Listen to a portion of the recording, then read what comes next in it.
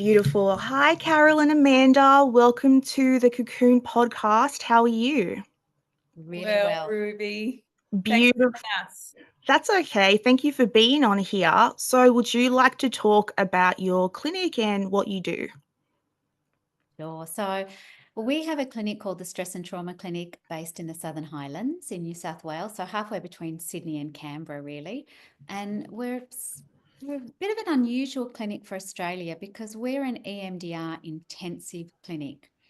So that means primarily we use EMDR as our main therapy, but we see clients for up to 6 hours a day.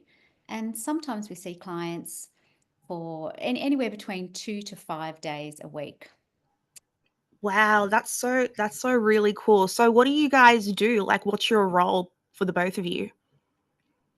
So I'm a registered psychologist. And I'm a mental health social worker.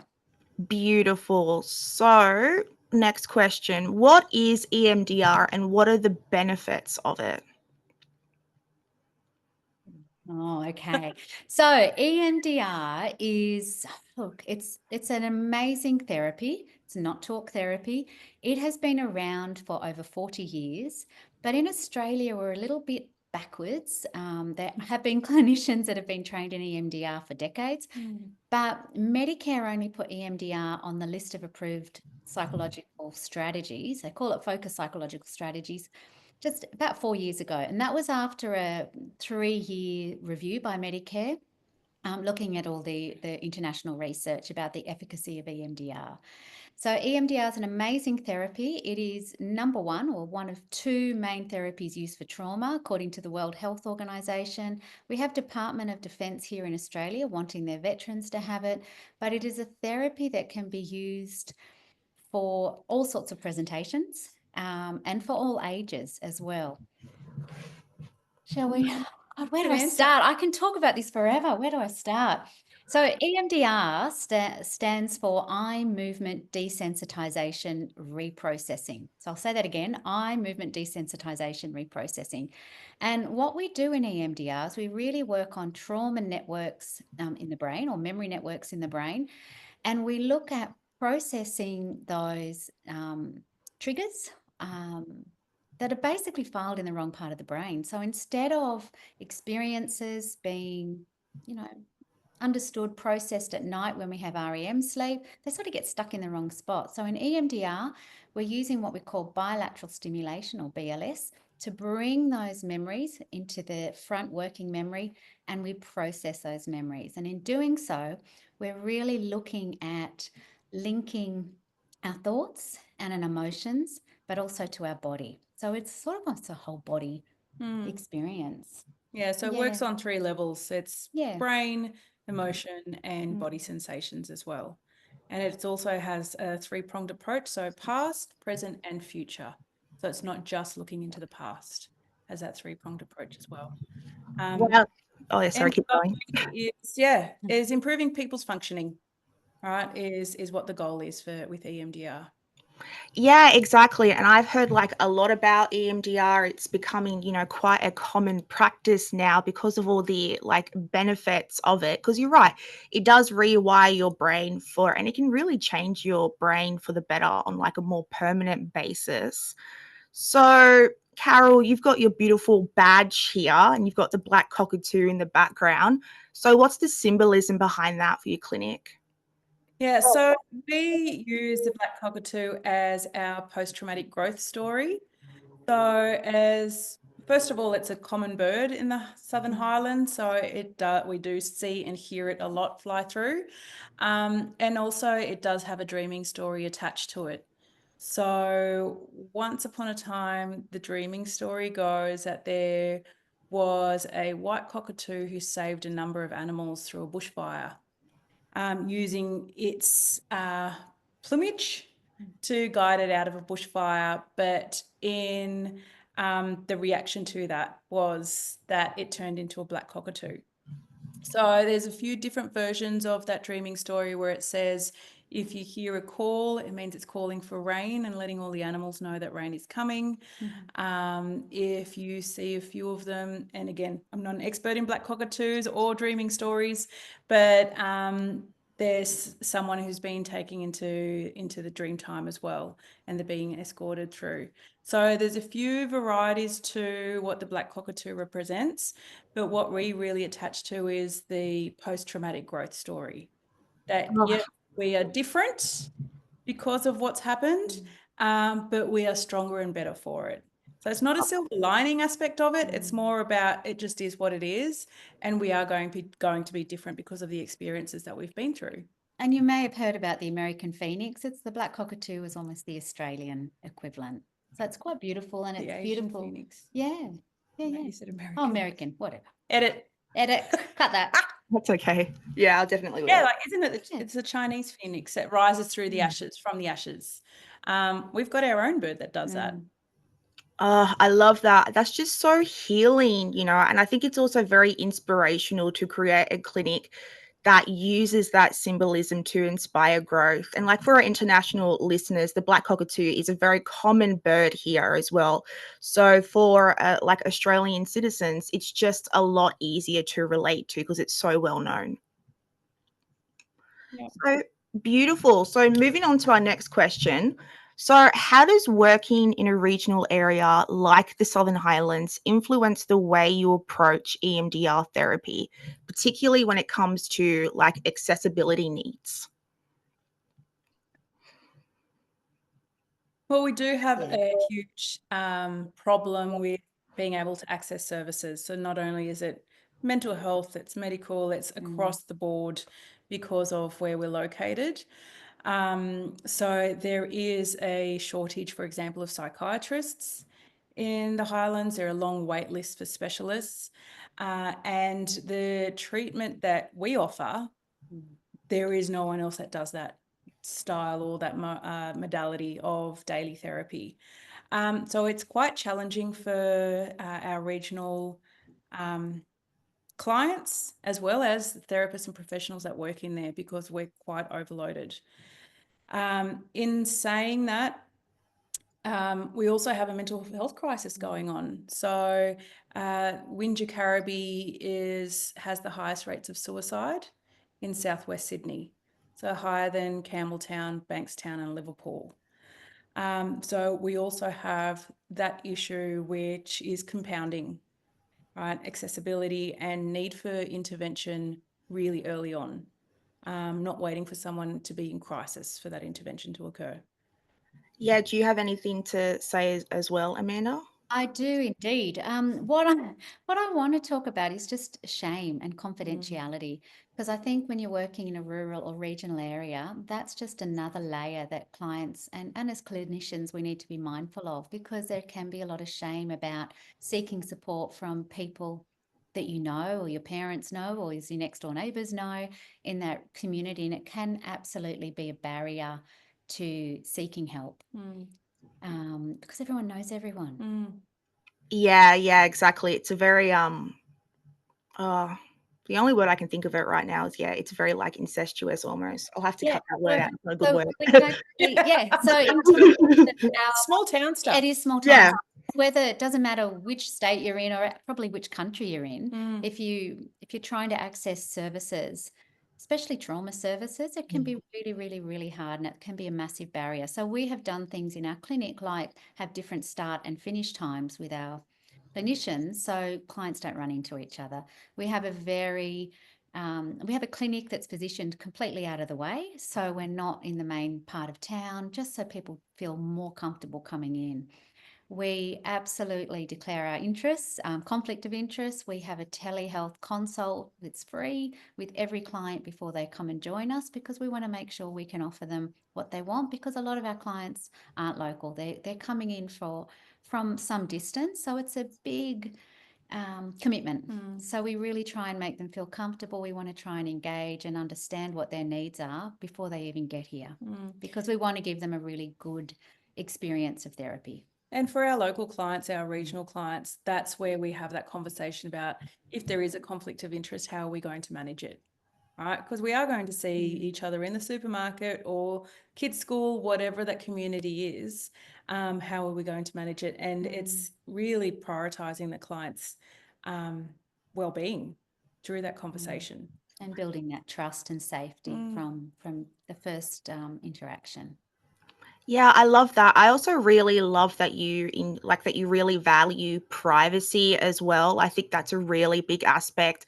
And I think also with the mental health crisis as well, it's really like some therapy can be so expensive.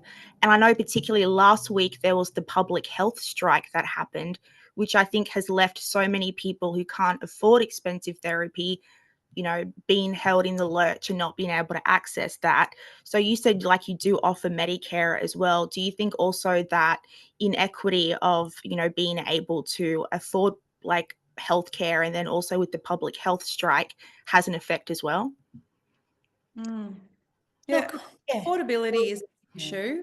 And that's why we have opened up groups this year. So EMDR, group processing, because we want people to be able to access EMDR in a group setting that is more affordable as well. And that can be online also, which again is Mm. good for our regional clients. And I should say that EMDR group is not talking and sharing what your traumas are. It's actually individual processing that you keep to yourself, but you're in a group setting.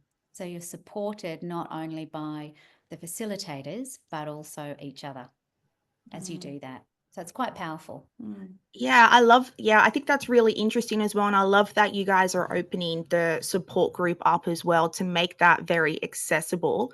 So I think a question for both of you is what inspired you to specialize and practice EMDR specifically? And how has your approach evolved or changed through your years of practice? Okay, so I think between the two of us, we're trained in pretty much lots of Lots of modalities, different lots modalities, after yeah. lots. We have decades of experience between us of Mm. working in trauma and working therapeutically with clients, both children, teenagers, and adults. EMDR was really where we were finding our clients were getting the most benefit from. So we initially started with EMDR 50-minute sessions, which is we would say it's a Medicare model. I mean, I've never seen any research say 50 minutes is the optimum time to have a therapy session.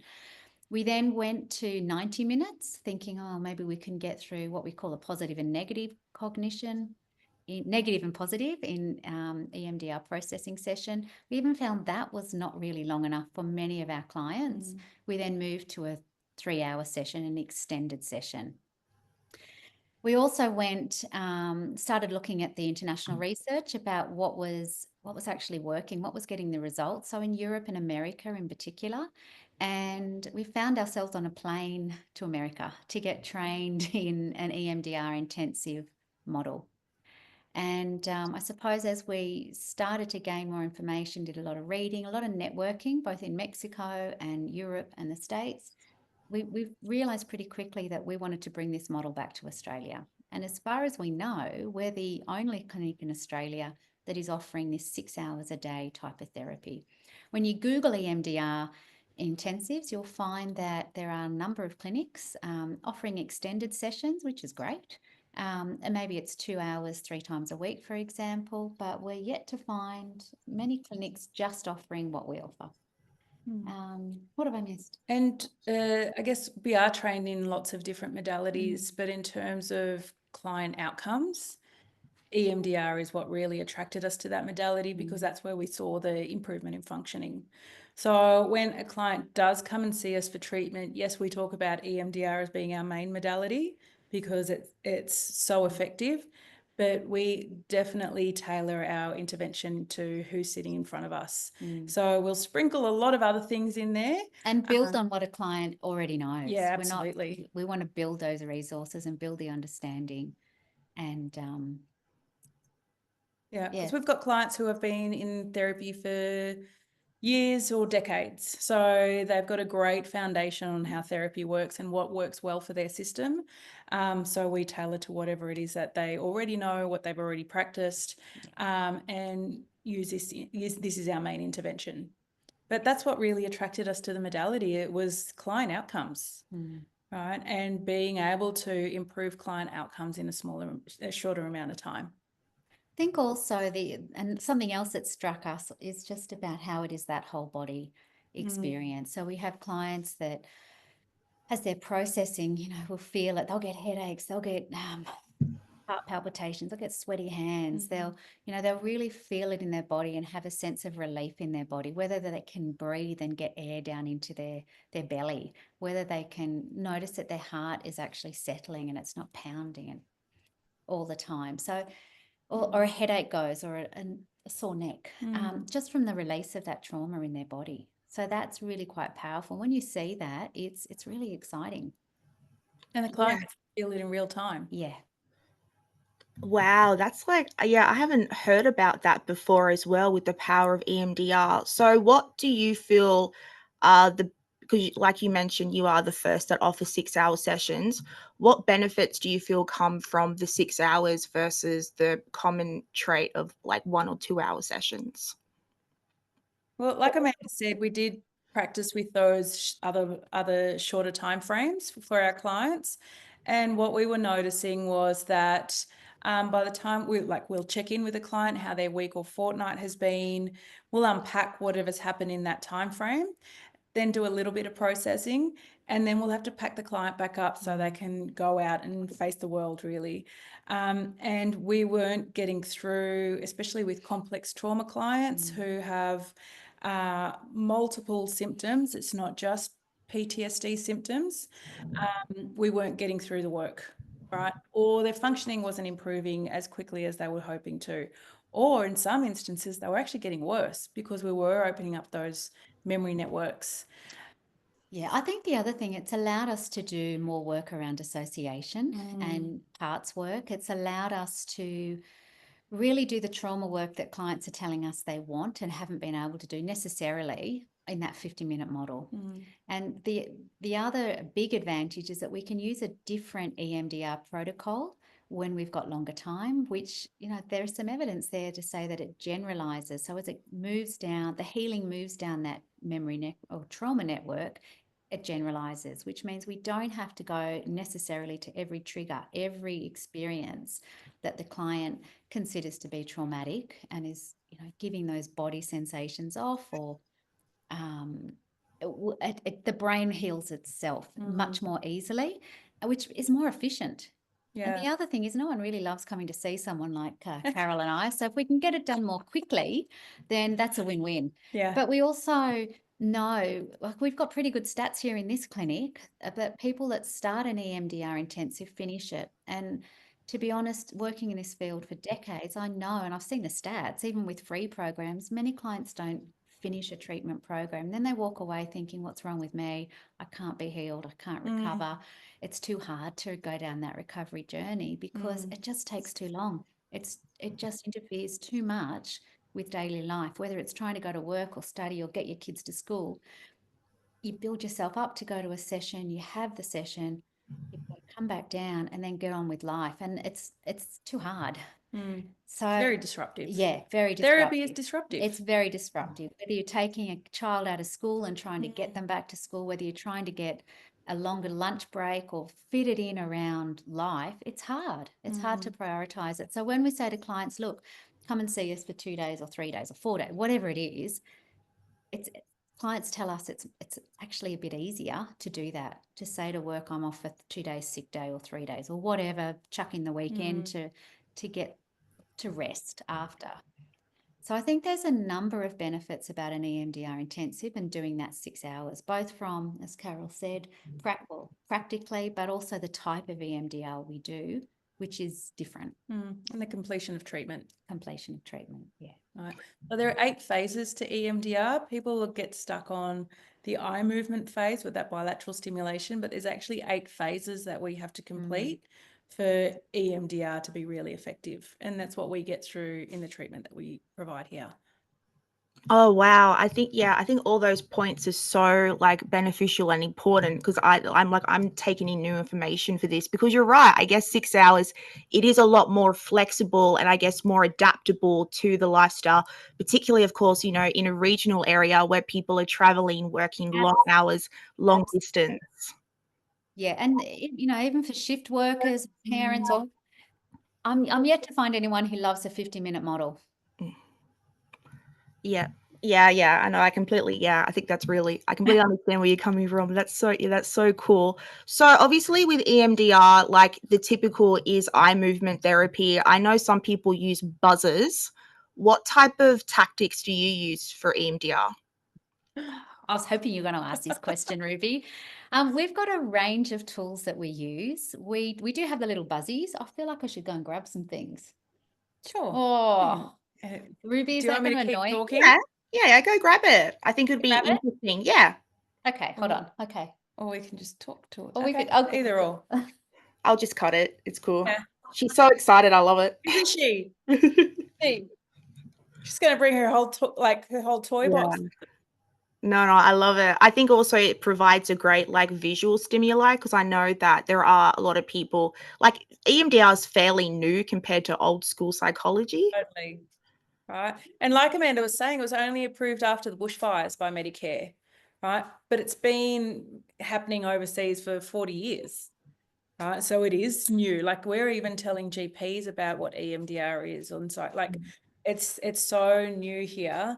And we're still getting referrals from GPs saying, CBT as the treatment, please. And we're like, well, that's not what yes, we can sprinkle it in, but that's not going to be the best outcome for the client in terms of the treatment model. So I'll get Amanda to explain her gadgets. Oh, how do you turn yours on? It's different. Yeah, I've got a little button on the end. Where's the button? How are we going so far, Ruby? Any feedback? No, you're doing amazing. I think it's very smooth and free flowing. How do you guys feel? Am I asking good questions? Yeah, Do you we feel, can go on all day, Ruby. The problem is you can't shut us up. Yes. do you feel stimulated? Also, just a quick question for you, Carol. I read in your bio that you're Argentinian. Is that correct? Yes. Where Yeah. did you find my bio? Where did I put? Is that on our website? Yeah. I Oh. research, of course I do, so I can ask good questions. Do you think that EMDR, I guess, is more culturally accepted than CBT? Look, EMDR is, and we sound like cult members, but it is such a great intervention that it translates across languages, cultures, genders, like disability even. Disability. Like yes. it translates across everything. If we have a nervous system in front of us attached to a brain, that's the modality. That's what the modality is working on. Right. So we've had instances where our trainer, who is based in the States, they use translators, right, and provide the instruction to translators, and the clinician has eyes on the client in the room. So it doesn't necessarily have to be feeling awkward or clunky because the protocol is very instructional. Right. So we can have someone who we don't speak the same language, but that instruction can be translated. Right. And as the clinician, I am watching their nervous system and seeing how they're reacting and responding to the treatment. So it absolutely translates through all of that and works on the nervous system and the brain. Yeah, and I really value that inclusivity, that you're right, that it is more inclusive than, I guess, standard cognitive behavioral therapy, because it is all about that like tactile brain to body sensation rather than general talking, which you're right, if someone, does have like any verbal kind of issues, or if English is their second language, it might be more difficult for them. Absolutely. And also, we try to get out of the way as much as possible. So we're more facilitators of the treatment than really, because our systems are naturally geared for healing. Right. So we try to get out of it as much as we can so the system can heal itself, right, through that intervention. Yeah. Yeah, I love that. I think that's a really beautiful way to say it. All right, Amanda, do you want to show me your tools? Oh, yes, I do. Okay, so you mentioned the buzzies, Ruby. So these are a typical set of buzzies. There's a few things you can do with these. You can hold them like that. We can put them under clients' thighs, so sit on them. We can also pop them in socks, and I'll show you. So for our listeners, they're palm-sized buzzers. Yes. Oh, yeah, palm-sized buzzers. I'll just, thank you. I'm just trying to do it with my left hand. There we go. So can you hear it? Yeah. Yeah, I can hear. Oh, maybe a little bit louder. Oh, I was close. Yeah, so And I can hear it. bilateral, so one side then the other side. So again, we're really trying to stimulate the whole nervous system with that to help with the processing. So we have the buzzies. We also have the light bar, which I've just put behind us. It's not. I'll just turn it on. Okay, so you can see that. So you can follow that light bar, and then you can add the buzzies just to, can you see that color? Just to further add to it. We also have bilateral headphones. So again, one ear, then the other ear, and we can put them all together, which is really exciting. We also use a couple of apps. So we offer the client a tablet, and there are 2 apps that we use. All of these gadgets, by the way, are from Europe. So they're the gadgets that we use because we're with the client all day, right? And we can't do this for 6 hours a day. Get a bit boring. Because that's the traditional way of activating that bilateral stimulation. So we use a couple of apps as well, again, just to get all of that working memory. I tell my clients I want to see smoke coming out of their ears, because brain will be really distracted. Right. So we use a lot of gadgets, and also again tailoring to who's in front of us, because we've also got wands that we use for tapping. We got balls that we throw around. We get people to move up and down through the room as well. So we can also do some EMDR through some drawing. We do a lot of things from butterfly hugs to marching to tapping feet. So a whole range of opportunities to get some BLS happening and to really overload that working memory. So processing can occur effectively. And I think the best thing about that you mentioned is that it really, like, you can use a bunch of different techniques that cater to all senses and like different processing styles for the brain. Because you're right, some are more auditory, some are more visual, some are more tactile. Like, I know for me, I'm very tactile, so I like to use buzzers. And you're right, like there is that flexibility there. So just, Well, it also means, sorry, Ruby, it also means that you can process with your eyes closed.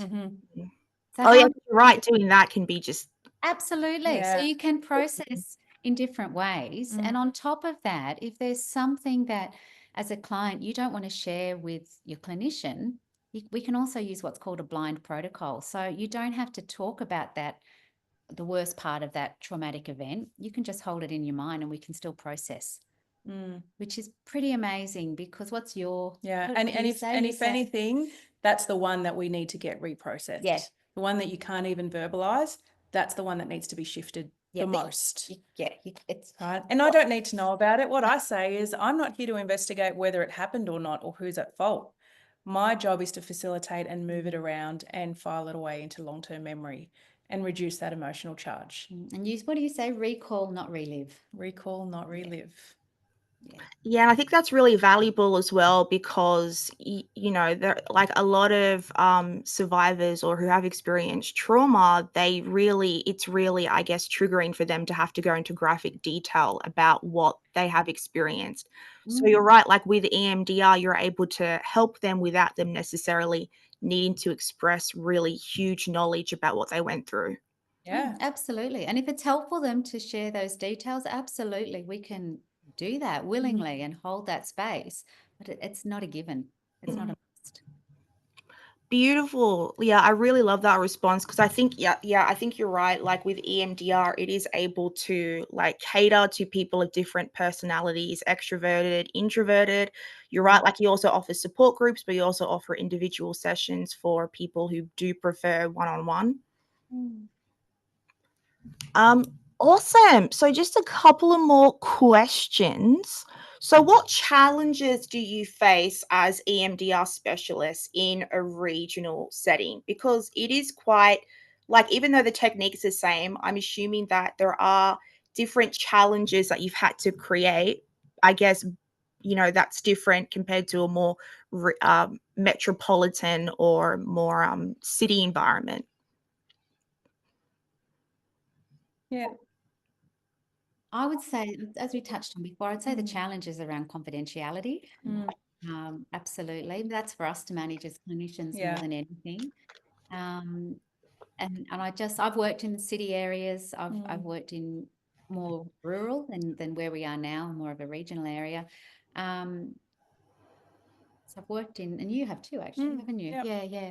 I think that shame, that element of shame that's related to that confidentiality, I think that's one of the biggest barriers to getting help in a regional area. I think another one of the challenges for us regional clinicians is the isolation. Like, there are fabulous clinicians out there that are holding space for people who have been harmed and they've got nowhere to turn to with that. So I really want to emphasize how important good clinical supervision is as well, to be able to pass that trauma ball on instead of holding it, right? We need to pass it on. And also the networking, right? Being in touch with clinicians. And sometimes it's not the ones that the closest to you. Sometimes it's just there are great Facebook groups out there, WhatsApp groups out there, but it's the isolation that can be really challenging for clinicians. We have a code of ethics where we really take privacy and confidentiality really as one of the big sticking points at this clinic, because we're really strict with it. But who the client tells, that's their business. Right. So there may be lots of people in the community that know who we are and who we have worked with, but not because it's come from us. So there's that also for the clinician community knowing who they are and the work that they do. Right. So sometimes we lose that confidentiality and privacy as well. So there's some of the sticking points for regional clinicians that those who work in bigger cities may not experience. And of course, seeing clients when out of work hours, and you get used to that in terms of small town stuff where we're totally fine with it. We've done it for, like Amanda said, together for decades, but our priority is making sure that our client's okay with it, right? Yeah. We recognize that sometimes our face and our voice is triggering for some clients. Yes, I completely understand that, particularly if you're right, like if they're affiliating the idea of therapy, which also like with EMDR, it is very, very intensive. Yeah, they could be that, I guess, linked to, your face versus what they have to do, which, yeah, you're right, can be anxiety inducing. And I think you also mentioned as well previously, like even just access to public transport or, even like particularly in the Southern Highlands where there are like really, really regional country areas, where it can take an hour to attend to your clinic. Like, yeah, sometimes I think those are bigger problems in more regional areas than in metropolitan and city areas. But even the financial viability of seeking therapy, when we know that many salaries are lower in regional areas, just industries are different. So people may not have the available finances to access therapy. And also, like, telehealth has exploded particularly after COVID. We don't have great internet. Right? As soon as it gets cloudy or there's a storm, like our internet is not reliable also. So that could be another barrier for our regional and remote clients where, yes, we rely on internet a lot, but sometimes it's not as reliable as it should be. I think also it's about the support network for the client. That also can be hard to really form a really good network of people around a client that maybe has really complex needs. So, as Carol said, that we don't have huge, a big cohort of psychiatrists here, or maybe other services. If you don't like one, or you've got on the bad foot with one, it's hard. Where do you go? And I know there's similar problems in cities, but there is more choice. There is more options to go to. And even getting into a GP, which I know is an Australia-wide problem, but it's worse in regional and rural, just to even get that mental health care plan, or even to have that chat about what's going on with me, really hard. And then when you think about the suppose the connection, the relationship between poor physical health and poor mental health, again, getting those other allied health services in a regional area can also be tricky, whether it's a physio, an OT, whatever it is. Yeah, definitely that lack of community, as you mentioned as well, is probably a really big issue. Do you think that the social norms and acceptance of, social norms, acceptance, and opinions towards mental health and therapy are different in regional areas than than city and metropolitan? I think so. I think we, especially for our male clients, right? For some reason, we do get a lot of male clients coming through the door. And I think it is because we are quite located in a private place. Intervention is done in less than a week, so they're in and they're out.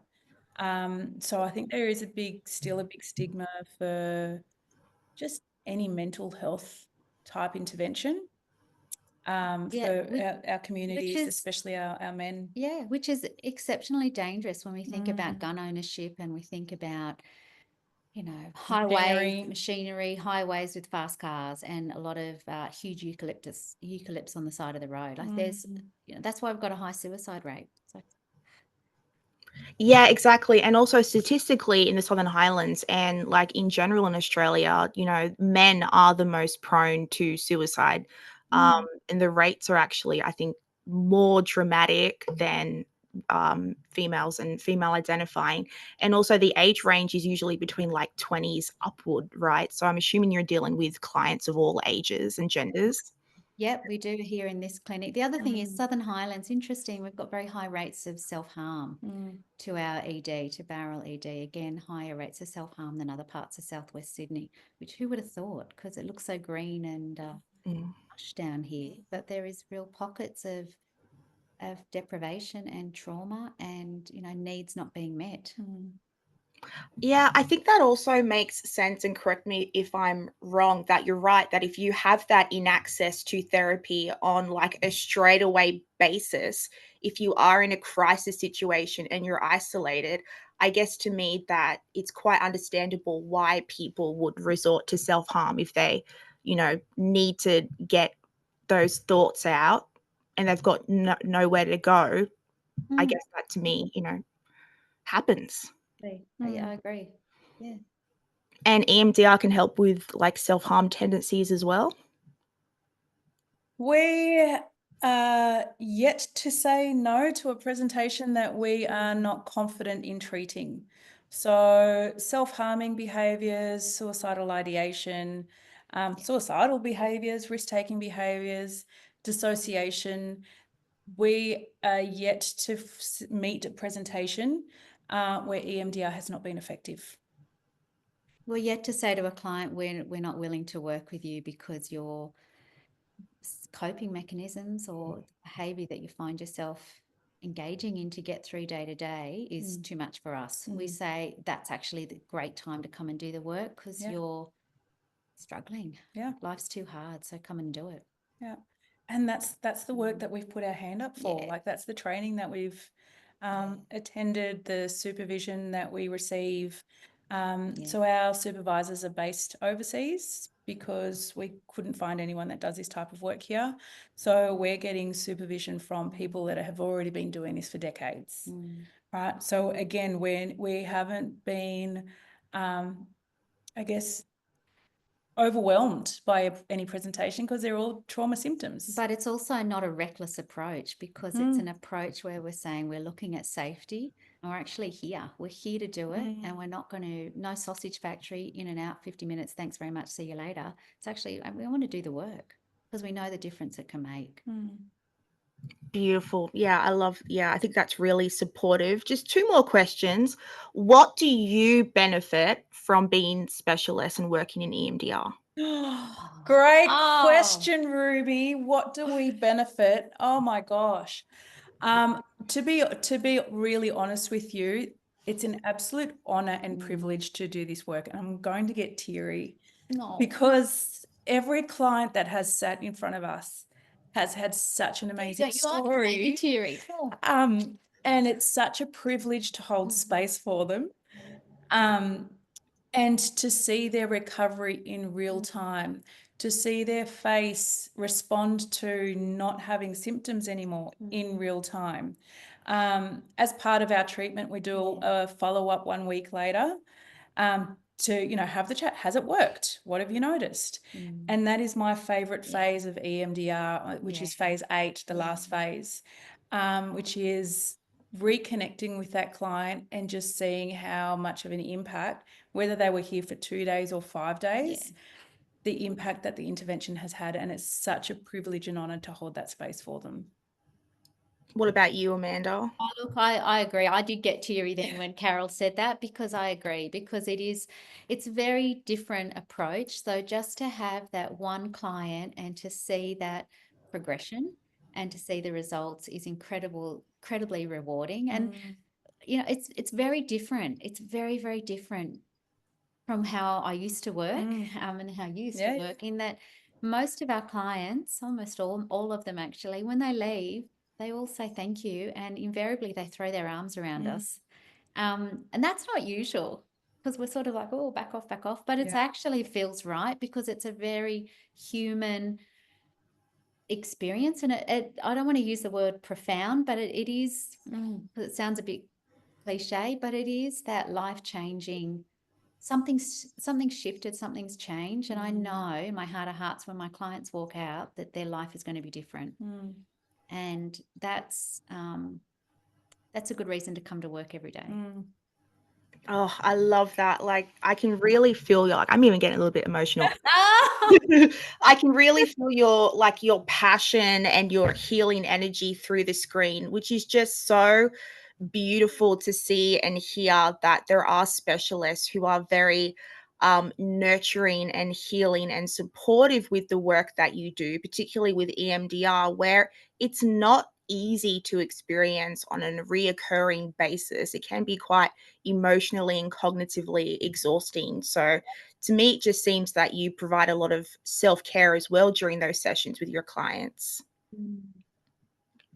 Awesome. Yeah. It's very special, isn't it? It is, it's really. And I don't know if we could go on about it, but That's all right. So I guess my final question for you is, I always like to end our episodes on a positive level. What words of advice or comfort do you have for people who want to go seek therapy, or specifically EMDR? I would say interview the clinician, make sure the modality is right for you, for the client. Make sure you've got confidence in the clinician's experience, and that you feel like you can work with them. And if you don't, find someone else. And if you don't like your clinician, fire them. Absolutely. Don't waste your time, don't waste your money. Yes. Google the hell out of EMDR and hit whoever you want to see. Hit them up with your most crazy questions about, what is this? What is it going to work? Whatever. It hasn't worked before. Why is it going to work this time? It's quite amazing how many people say to us, I didn't know I could ask a clinician that. It's like, bring it on. It's your body. It's your healing journey. It's your money. It's your time. That's what I would do. I would absolutely interview any prospective clinician. Totally agree with that. It's the client is paying for a service, and they expect an outcome from that service. And we say this to all our clients, which is why we have that consult for first offers at the beginning as well, that 30-minute consult.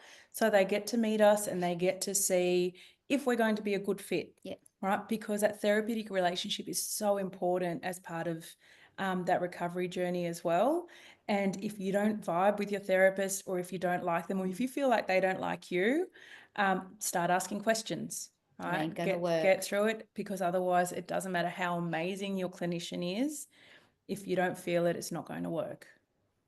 And make sure they're comfortable in working with whatever issue you want to bring to therapy, because it's something we've talked about a bit before, isn't it? Where clients say, oh, my therapist said I'm too hard for them. My therapist says, I can't, it's too dangerous to do the work. Have confidence in them. Beautiful. I think that's a beautiful way to end the episode. Very inspirational. So thank you for your time, Carol and Amanda. We'll also include Oh, links in that in the bio. But yeah, I really appreciate you being here. It's been very informative and just really nice to speak to you. oh, Thank Ruby, you. thank you so much for having us. Beautiful. Thanks a lot.